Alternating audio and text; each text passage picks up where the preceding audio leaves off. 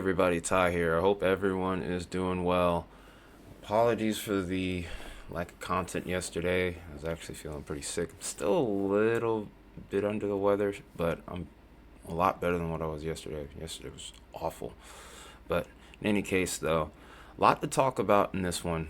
We have a slight risk that's just been issued not long ago before the start of this video, in effect now for the Mississippi Delta here and towards south central parts of Mississippi itself, and also heading over towards parts of southwestern Alabama, I would say at this point, or west central Alabama even, I would go as far as to say at this point. Still rather unclear what the exact hazard type would be. So far, I would say at this point it's isolated severe weather that we're going to be dealing with. But this is one of two, as I just mentioned earlier. As we go to day 6, we have a much broader slight risk area that's been issued. Now, day 6 slight risk are a little bit more rare, so by this point, when we see these kinds of risks, there's increased confidence in the possibility of severe weather. Never really a guarantee, but this is definitely a signal that we're going to be watching and talking about much more in the future for this channel here. So definitely, if you're anywhere in the southeast, stretching all the way back from Lufkin, Texas, maybe even towards the western suburbs of downtown Atlanta, Chattanooga, and areas in between, you do need to be on the lookout for the potential of numerous severe thunderstorms. I would go as far as to say, I'm not going to go as far as to call this significant just yet. I'd say that there is a potentially high ceiling with this, but there are a lot of uncertainties and a lot of questions that still are left to be answered with this setup here. And of course, as we mentioned before, it's not just severe weather we're dealing with here. Winter weather is also going to be a big deal over the next couple of weeks here. In fact, over the next couple of days here, we're going to see yet another winter storm come through the northeast and parts of the mid-Atlantic here. But then also, if you look a little bit further off towards the central part of the screen here, we're starting to see a signal for the Midwest to get into the action here. And it's a pretty strong signal. We usually look at the snowfall probabilities for accumulation greater than about 4 inches to see how significant a storm is. We're almost maxing out the values here by the time we get into Tuesday to Wednesday afternoon here. So it's going to be a big storm system expected over parts of Kansas and Nebraska here. And that signal only amplifies as we go further into the week. And we even see a couple of areas that haven't gotten as much snow. For example, Chicago over here, was reading a report saying that they were 15 inches below average in snowfall over here. But there is a very strong signal of this winter storm impacting that area directly. Almost would even go as far as to say there's a bullseye right here. So big time winter weather on the way over there, over towards the Great Lakes as well before all is said and done. Eventually this does move over to the northeast, especially towards the interior northeast where the mountains are concerned. So big time winter weather again expected there. Also, of course, we're on the lookout for freezing rain, and as you can see, as I mentioned before, looks like a mid-Atlantic ice storm seems probable at this point. We're looking at ice accretion probabilities of a quarter inch or greater, and the probabilities are starting to get pretty high now. We're getting well past that 50% threshold and even going further beyond, and confidence only increases as we go further along here. So very dynamic setup here, because we have the severe weather threat on the 12th and also on the 15th and the 16th that we're keeping an eye on to go along with this. So very active times ahead. Of course, we will be live to cover as much as we can. Now let's go ahead and get into the model analysis here. Now, anyone that's been here on the channel for a long time, you already know how this goes. We have GFS in the main part of the screen, Euro on the bottom left corner. But in any case, the main thing that we're going to be making note of here is the congruency between these models, because there's actually really good model agreement this time around. One big struggle that you often have with winter weather and severe weather at times is the models depicting two different scenarios, two different outcomes here. If we move the GFS forward here, we're looking at our next wintry system popping up right here, and then here's our severe weather potential increasing with the GFS. Now, with the Euro, it's not a carbon copy of the GFS, but it's relatively similar here. Maybe the timing with the severe weather is a little bit more uncertain with this, but you do see some very solid forcing over here towards the southwest, southeast, excuse me. And then over here towards the delta again, as we mentioned before. Time frames are a little bit different, but For the most part, you can see even signs of some diffluence occurring, which is usually a sign of thunderstorm activity. And as we go further along here, if we were to go back just a little bit, you can see right around this region here is where we have the threat of some winter weather as well. The timing again is going to be crucial, but we could see some significant snowfall probably early in the day as far as Wednesday is concerned to go along with this. Now, if we keep this moving here, eventually we watch this head into the northeast here, parts of mid-Atlantic. Watch this head out. See the cold temperatures come in behind that, which we'll look at in just a second to go with it. And then as we get from the 14th into the 15th here, this is our next system that brings in significant severe potential here. Now, this is where things kind of get a little bit interesting for the models, but for the most part, we have pretty good agreement here. We're going to jump all the way up to about 132 hours out. And look how similar they are. Maybe a little bit more in the way of progression with the GFS versus the Euro. But in either case, though, very strong trop pops up here. Very strong forcing to go along with it. And with that, I do think we'll see a linear mode, but any prefrontal cells in an environment like this where I would expect an increased amount of instability and a good moisture return to go with it could result in some potentially significant weather. Again, like I said before, a lot of things to hash out, convective modes, low-level wind shear, and other incidentals that you really can't figure out until about the day of. 132 hours out is a long ways off, and a lot can happen between then and now. This could uptrend or downtrend, so the main thing is to not really hype this up too much. But let's keep things rolling here after that, and we've been mentioning it pretty much from this point here. This is getting past mid-month. Going beyond here, the weather pattern itself is just stupendously active as a whole, especially over towards the northeast. Towards the deep south, though, activity does seem to be increasing, but mostly I would say that would be for more shower and storm activity with a couple odd chances of severe weather here and there. But as we get further along, especially towards the 23rd, that's when I'm going to be paying a little bit more attention to a little cold push that we end up having. Depending on how far south this goes, it could bring a small portion of the southeast, maybe extreme northern Georgia, maybe over towards central Tennessee. Could have a chance at some winter weather, but obviously at this range, 360 hours out, a lot can happen.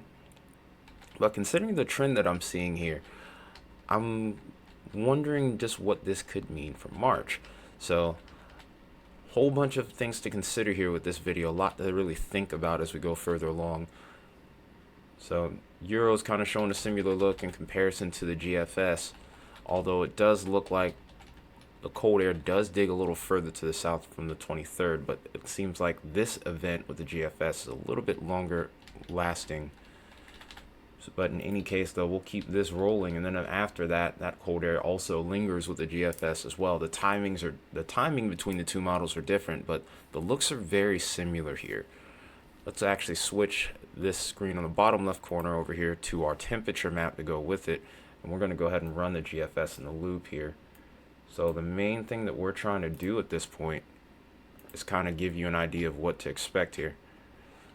So with the ridging, you're seeing that warm air beginning to come into play. Here's our storm systems rolling in as we go further along. By the time we get towards 200 hours out and beyond, and it's right towards the back half of this model run is where we start to see that cold air really begin to settle in. We'll rewind that back here. And we'll actually pause it really quick, so that way we can get a really good look at that warm sector, in particular for that severe event towards the 15th and the 16th. Look at this right here. This is our area of interest. It's the exact same time as what's being shown on the jet stream here. So you can see very large draping warm sector over the deep south here. As we go further into the day, especially with that front coming in, I do think this will be a longer duration severe weather event, potentially, depending on other parameters. It does seem like we're going to have an ample environment in regards to our temperatures and also our dew points to go with it. I'm going to go ahead and sneak this forward a little bit here and actually hold the screen there while I have the dew points to go along with it. So I'm going to sneak the dew points map all the way up to 126 hours out. and you can see how everything's kind of lining up perfectly there.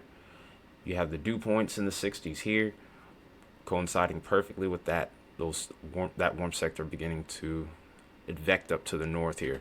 Timing of this will be early in the afternoon based off of this current look here. If I go ahead and jump this forward a couple frames here, and then jump this forward, if it'll work. There we go. You can see that warm nose popping into parts of southern Tennessee here. So definitely going to be keeping an eye on this as we go forward here. Just off of these two looks alone, it looks like for the most part thermodynamics are going to be notable. Like I said, there's still other factors, lapse rates, etc., that we'll probably get into a little bit later this week in regards to this setup. Like I said, we're over 5 days out at this point, and a lot can change with this, but based off the signals we're seeing now, this is a pretty solid look. One of the better looks that I've seen to start out the year, maybe the best so far. Obviously, we're still not in the meat of severe weather season just yet. Then also, if we go ahead and make our comparison with the Euro's moisture return, the Euro actually may be a tad bit more aggressive. In recent times, it's been trending that way as well. Before we do that, though, we also have to make sure we talk about the 12th, because that also has a slight risk to go with it.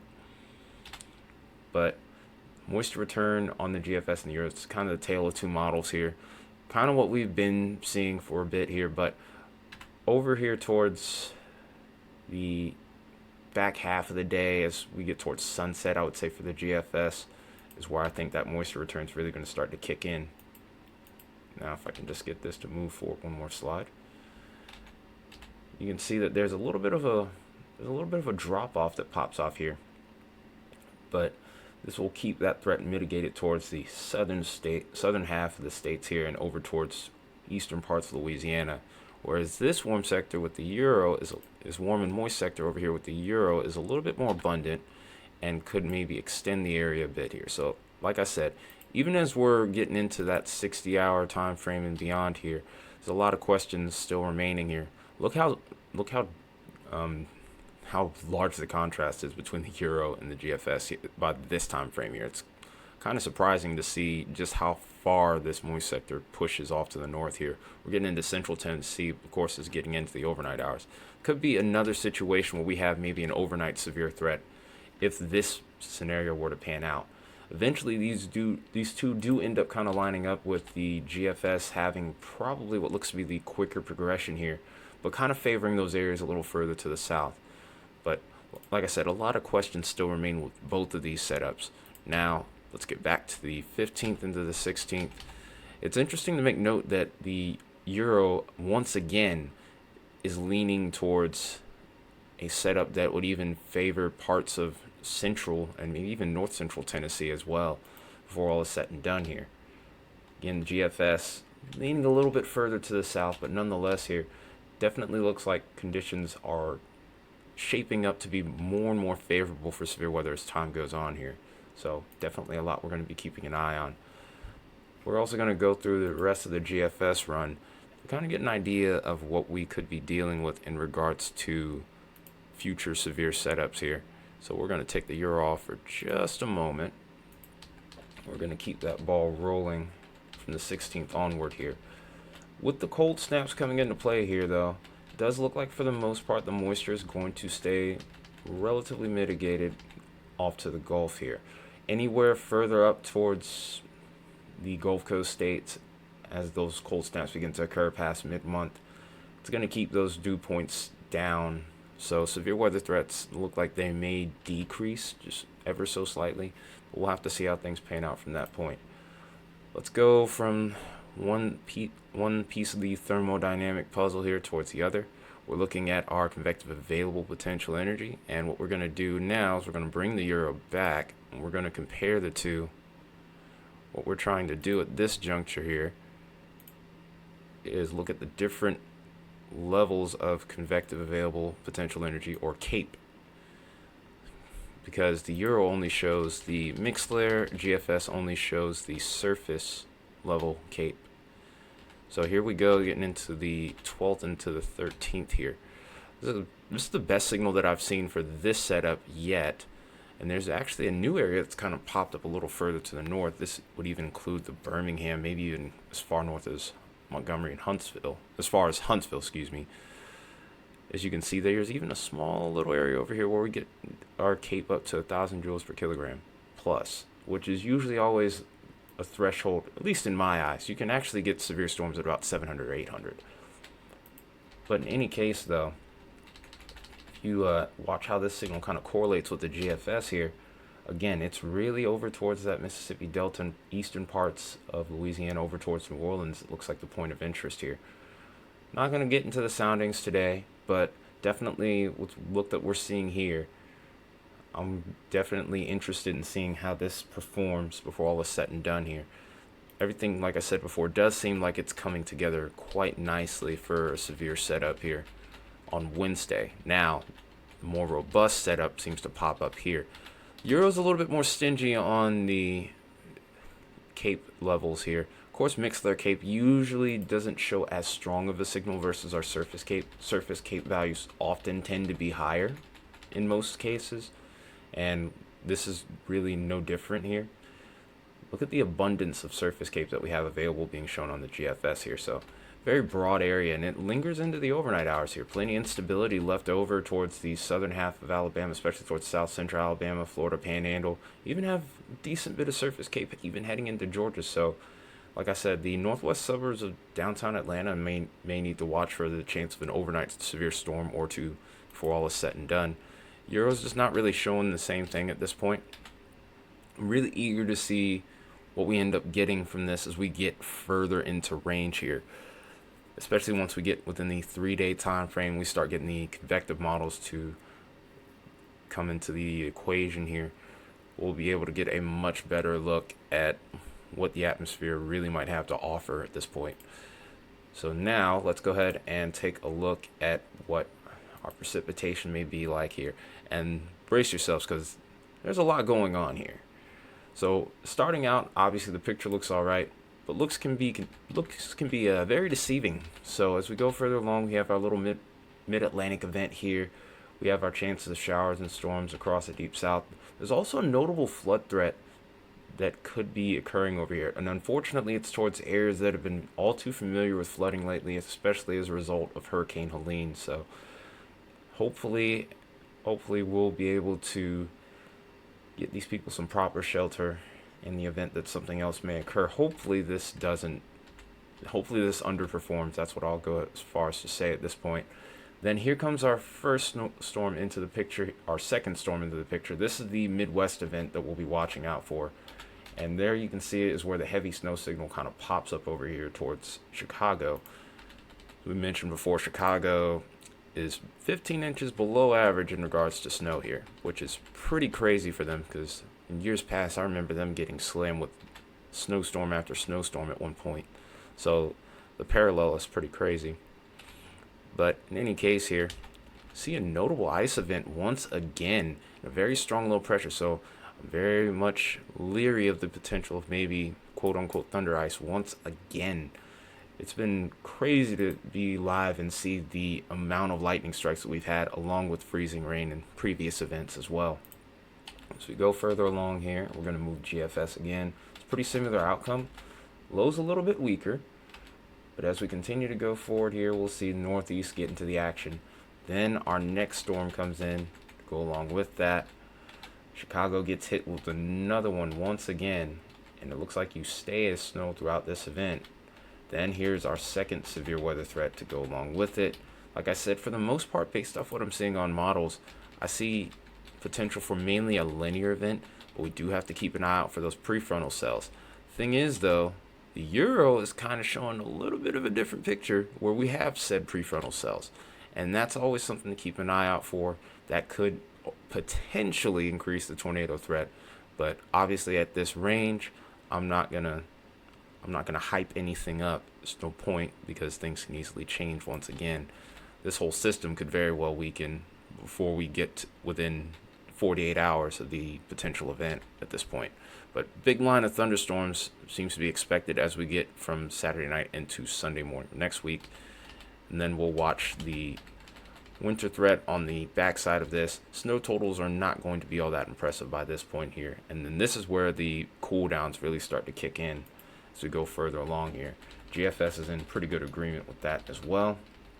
As we go further along, this is where things kind of get interesting, especially towards the southern plains. We might have a little snow event over here towards central Oklahoma here, maybe even towards the far northern panhandle of Texas.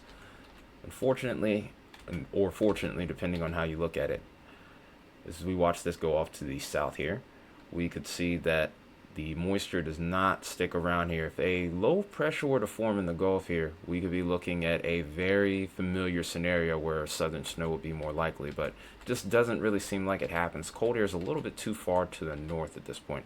However, at the range that we're looking at now, things can easily change here. But for the most part, it's pretty good agreement across the board here from the GFS and the Euro. Snow kind of hangs a little further to the south here. The Euro's a little bit more aggressive, but it's a classic case of the moisture outrunning the cold air, because cold air often tends to be dry anyway. Now we'll watch that trough move out, and we end up staying pretty chilly as we go through the rest of the month here at this point. We don't quite have the same kind of warmth that we once had here.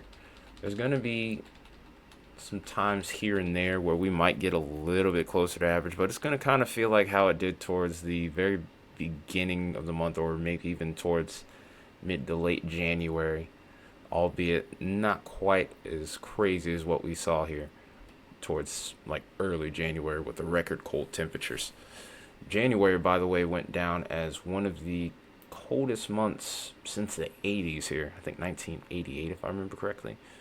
But in any case, though, we'll go ahead and take the Euro off here, and we'll look at our snowfall totals here and just look at this swath of heavy snow that we're going to be expecting over the course of the next 10 days here. This is actually really impressive to see. And this is in areas where we would suspect this kind of snowfall. Not necessarily over towards the deep south, but over here towards mid-Atlantic. We could expect in the West Virginia mountains here towards the Appalachians up to about a foot of snow. But over here towards northern Maine, Mount Washington, about 2 feet of snow possible. New York City could get a healthy dosing of about 7 to 9 inches of snow, maybe some isolated pockets of about 10 inches over the next 10 days. And then the big winner here, and honestly, I would almost go as far as to say a round of applause. We want to see average numbers, nothing too crazy. But it looks like over here towards Chicago, potential for up to 20 plus inches of snow over the next 10 days is possible as well. Towards the Midwest, we have some pretty big numbers over there as well. Up to maybe even a foot of snow possible there. Over towards Omaha, about a foot of snow there. So we get further off towards the south, those totals drop off pretty quickly. Some areas, however, could still see up to about an inch of snow, especially if you're over towards central parts of Virginia over here. Also over towards Kentucky. The battle zone also in particular, which kind of interests me a little bit, might be over towards central and southern Missouri and also parts of St. Louis here. We could get potentially up to about 5 inches of snow, but I also think freezing rain is going to be in the equation as well. Now, as we've mentioned before, especially going out towards the west right now, the mountains are going to be expecting a lot of snow. Not much towards the valleys, I would say as much. But if you do happen to be on the mountains, especially over towards the Sierras, you are in a bullseye to say the least. You could see several feet of snow very easily. If you're over towards the Sierras, you could see up to about 6 feet of snow, which is pretty impressive. But considering the active weather pattern we have, it's not really all that surprising. Now, last but not least, we're going to take a look at the potential for our ice totals here. And again, as I mentioned before, big bullseye looks like we can expect that to be over towards, I would say at this point, more so southern Virginia, maybe south central Virginia. We also have a little pocket over here that's over towards northern Arkansas that needs to be watched out for as well. And we could easily see up to about 1/10 of an inch over towards southern parts of Missouri as well. Over towards the northeast, there's going to be isolated pockets of ice. Now keep in mind, again, as I mentioned before, these are over 10 days. This is not going to be happening within a day or so. But possibility is also there too.